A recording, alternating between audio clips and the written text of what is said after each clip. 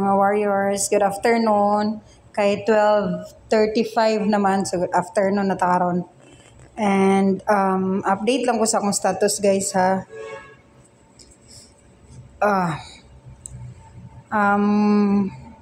Sa nowadays, dili siya nowadays. Atong last week, mga 2 to 3 days, 3 to 3 weeks, galuya ko guys. As in, wala dyan gana mag-upload, wala ko gana mag-edit. Dili na ko kaya, as in, wala ko gana magkaon, sige kong suka.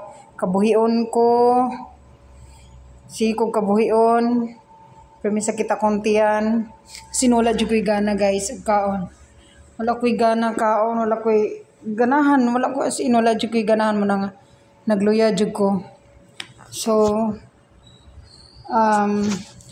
pero pag magdaya ko, medyo maulian man pod siya, mabalik man pod akong kusog. Pero pag abot na sa balay, wala na din ko ganang kaon, magluya na pod ko. As in 3 weeks gina siya guys.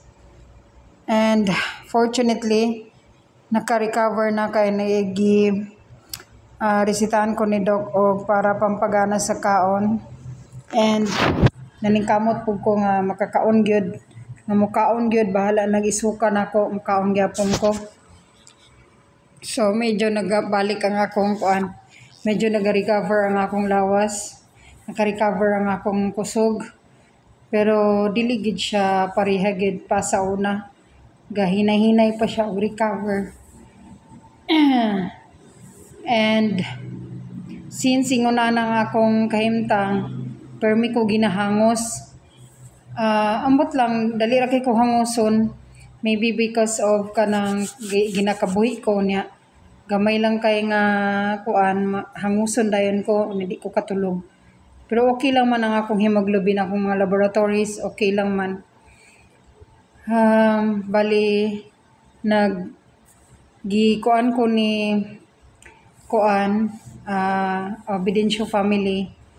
Ila akong gipahulam sa ilahang oxygen tank. Nagpalit lang din ko humidifier and hose para magamit na ako. So, amo siyang gipatubilan. 1,000 ang tubil niya guys. And now, to siya membership fee, pero wala pa may pa-member, kaya wala pa may kwarta, wala pa may budget. So, gipatubilan lang sa gidna mo, 1,000. Importante lang na siya tubil kay ug hanguson ko na at least na ay magamit. So, salamat kayo sa Obediencio family sa ilahang pagpahulam sa oxygen tank. As in, gipahulam lang nila sa ako guys, wala ko nila giparenta. Thank you so much. God bless you guys. And mao na siya, medyo gabalik na ang akong kuan. Pero luya paghihapon ko, makita gid niyo sa akong mga mata nga luya pagid ko. Kay dili pagid siya yung nanangat katanto, daghan ako makaon. Although magkaon na gid ko siya, pero dili siya yung anak kadaghan. At least nga nanagid ko ginasulod sa akong tiyan kay bisan pag inom sa akong maintenance dili ko makainom kay kuan.